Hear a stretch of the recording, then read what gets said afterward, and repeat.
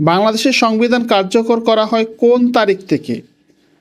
16ই December 1972, অর্থাৎ বিজয় দিবসের প্রথম বার্ষিকীতে বাংলাদেশের সংবিধান কার্যকর করা হয়। বাংলাদেশ কত সালে জাতিসংঘের সদস্যপদ লাভ করে? 1974 সালে। বাংলাদেশ 1974 সালে জাতিসংঘের সদস্যপদ লাভ করে। 2024 সালে মে মাসে বাংলাদেশে আঘাত হানা ঘূর্ণিঝড়টির নাম কি? রিমাল। 2024 সালে বাংলাদেশে আঘাত হানা ঘূর্ণিঝড়ের নাম রিমাল। বাংলাদেশের রাষ্ট্রীয় মনোগ্রামের ডিজাইনার কে? ANA সাহা। বাংলাদেশের রাষ্ট্রীয় মনোগ্রামের ডিজাইনার হচ্ছে ANA সাহা।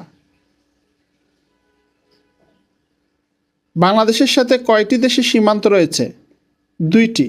বাংলাদেশের সাথে 2টি দেশের সীমান্ত রয়েছে, একটা হচ্ছে মিয়ানমার আর একটা হচ্ছে ভারত। জাতীয় স্মৃতিসৌধের স্থপতি কে? মাইনুল হোসেন। জাতীয় স্মৃতিসৌধের স্থপতি মাইনুল হোসেন। আয়তনে বাংলাদেশের বৃহত্তম জেলা কোনটি? রাঙ্গামাটি। আয়তনে দেশের বৃহত্তম জেলা রাঙ্গামাটি। আর সবচেয়ে